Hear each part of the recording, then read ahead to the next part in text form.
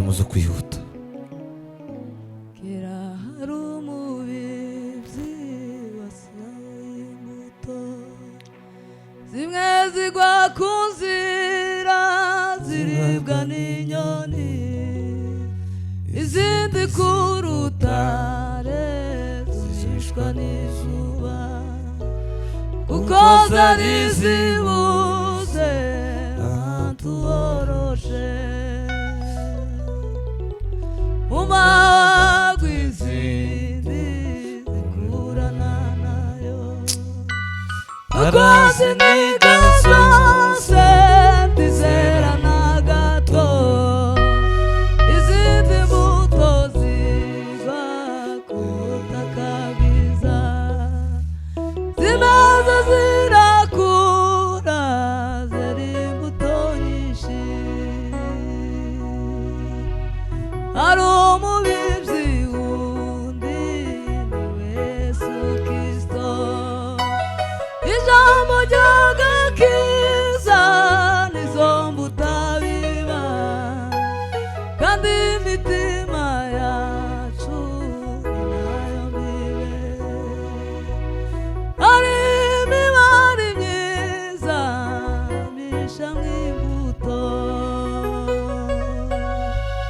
hari umubibyi wundi ni Yesu Kristo, ijambo ry'agakiza nizo mbuto biba, kandi imitima yacu ni nayo mibe.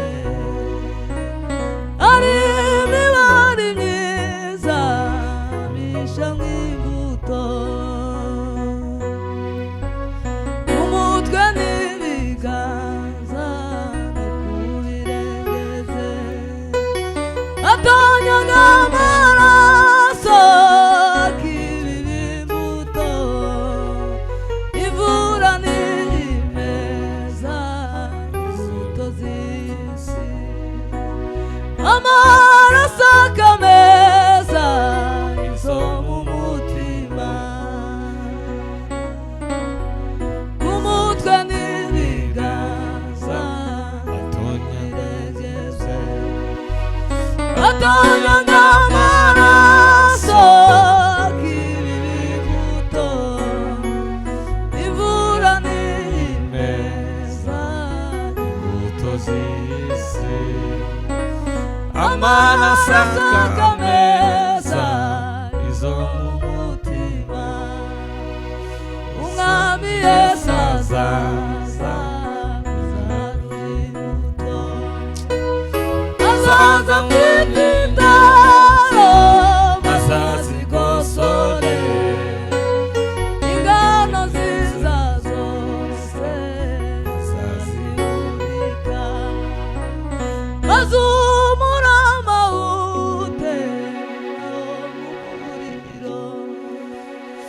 Uzaja hewe Turabimenya se, uzaja mu kigaga cyangwa mu muriro, urorere gutinda wihone nonaha.